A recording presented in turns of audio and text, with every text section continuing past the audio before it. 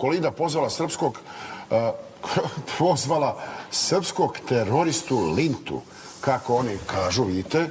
Sad pročitat ćemo tu vest u potpunosti. Ovo je na vaš račun nešto. Kaže, Kolinda pozvala srpskog teroristu Lintu umjesto branitelja.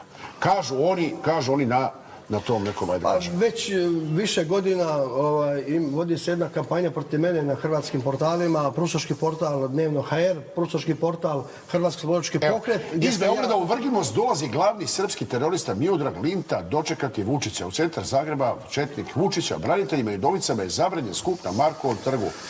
Četnici dobrodošli za našu vlast.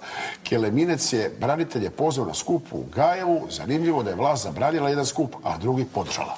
Više godina se vodi kampanja protiv mene. 4 puta me hrvatska policija na graničnom prelazu Bajakovo zaustavila, držala po pola sata. To su sve provokacije sa ciljem da odustanem od borbe za prava protiv Srba. Naravno da mene ovo nije uplašilo.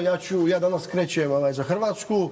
Sutra ću 10 sati dočekati predsjednika Vučića u Vrginmostu zajedno sa tamošnjim Srbima. Razgovarat ćemo sa našim ljudima, uputit ću im riječ ohrabrenja, učinit ćemo sve što možemo da pomognemo njihov opstanak tamo. Pa niste vidjeli vas zovu teroristom ovdje? Mene zovu teroristom već godinama. Znači ovo je prosto jedan govor mržnje, pokušaj da se uplašim, da odustanem od borbe za prava pola miliona proteranih Srba, za prava velikog broja građana Srbije koji nisu iz tih tamo krajeva, ali su imali svoje vikendice, kuće od 45. do 90. godine, koje su isto otete ili uništene. Dakle, nastavljamo borbu za naša prava i neću se uplašiti ovih naziva i provokacija da sam terorista, četnik i tako dalje.